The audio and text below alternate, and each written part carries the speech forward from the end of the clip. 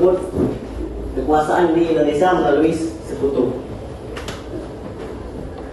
Ini sama. Oke, baiklah kita balik lagi materi pertempuran 5 hari di Semarang. Nah, di Semarang ini terjadi pertempuran hebat antara pihak Indonesia melawan Jepang.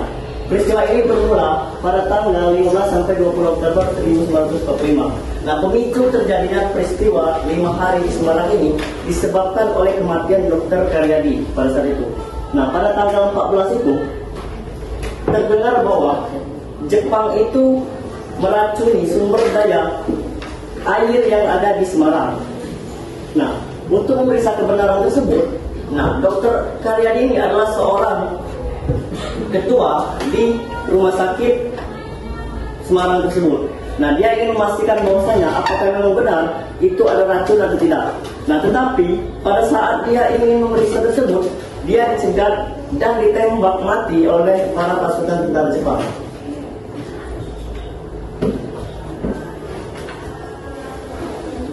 Nah, pertempuran itu baru dimulai pada tanggal 15 Oktober 1945.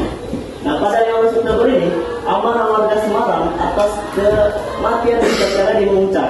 Pemuda-pemuda Semarang bersama tentara keamanan rakyat atau TKR bersiap untuk melawan pasukan Jepang yang saat itu masih ada di Semarang. Nah, pada hari itu, pasukan Jepang yang dipimpin oleh Mayor Hideyoshi Nishiro itu melakukan serangan mendadak ke pusat kota, termasuk daerah Jalan, Pandanaran, Jombang, dan Simpang 5.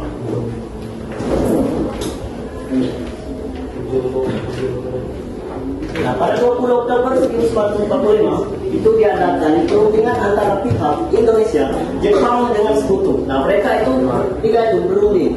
Hasil dari perundingan ini adalah penghentian tembakan dan menembak permusuhan. Pasukan Jepang juga diminta untuk membebaskan tawanan dan menyerahkan persenjataan mereka kepada pihak sekutu. Dengan perundingan ini, pertempuran 5 hari di Semarang itu resmi berakhir. Nah, kita melihat dari peran 5 hari di Semarang ini, peran Dr. Karyadi dalam pertempuran 5 hari di Semarang adalah dia adalah seorang dokter yang memiliki dedikasi luar biasa dalam bidang kesehatan. Lahir pada 15 Mei 1902, ia menyelesaikan pendidikan di Netherlands English Arts School atau NIAS di Surabaya pada tahun 1931. Nah, setelah lulus, Dr. Karyadi ini mengabdi di beberapa daerah, mulai dari Malang, Martapura hingga Manokwari. Selama bertugas di Manokwari, ia dikenal sebagai dokter yang sangat peduli terhadap masyarakat, terutama dalam menangani penyakit malaria yang mewabah di sana. Nah, Dr. Karyadi pada saat perang 5 hari di Semarang itu diabadikan menjadi nama rumah sakit sebagai penghormatan atas jasa-jasanya yang besar. Dr. Karyadi diabadikan sebagai nama rumah sakit tadi, yaitu Rumah Sakit Umum Pusat Dr. Karyadi. Penamaan ini tidak hanya untuk mengenang pengorbanan Dr. Karyadi di dalam pertempuran 5 hari di Semarang, tetapi juga untuk menghargai dedikasinya sebagai dokter yang mengabdikan hidupnya bagi kesehatan rakyat Indonesia. Oke, baik, anak sini.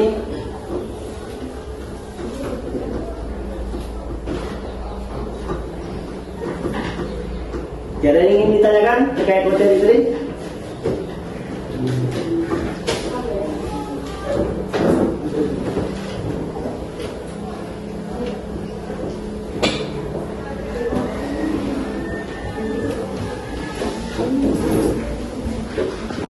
Nah, di mana setiap kelompok nanti akan mempresentasikan hasilnya di depan kelas. Nah, kasih waktu 5 menit untuk kalian mencari tahu jawabannya.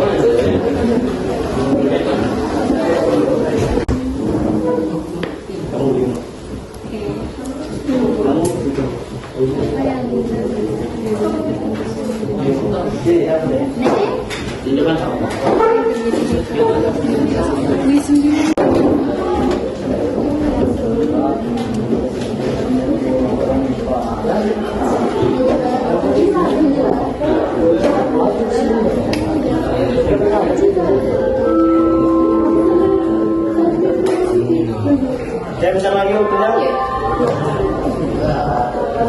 Atau apa yang menyebabkan terjadi terjadinya pertempuran 5 hari di Semarang. Pasukan Jepang dengan bersenjata melakukan serangan mendadak di sumber air minum warga. Seorang dokter bernama Karyadi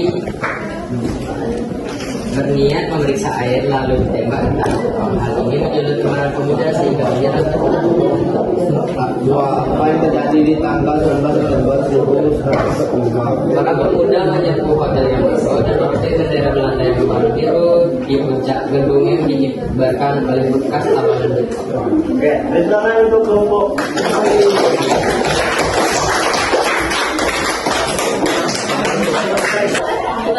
Apa yang terjadi di tanggal 19 September 1945 jelaskan.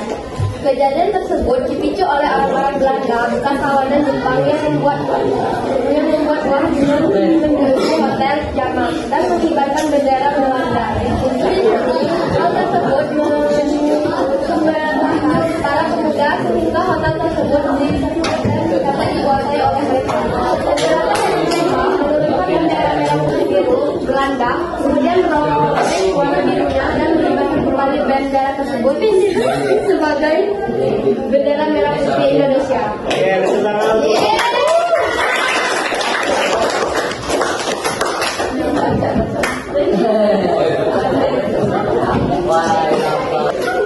spirit perjuangan, yang dimana artinya kita akan berjuang untuk kejayaan dan kemakmuran rakyat Indonesia. Baiklah, mungkin hanya itu saja yang bisa dapat saya sampaikan. Lebih dan kurang, mohon maaf. Wassalamualaikum warahmatullahi wabarakatuh.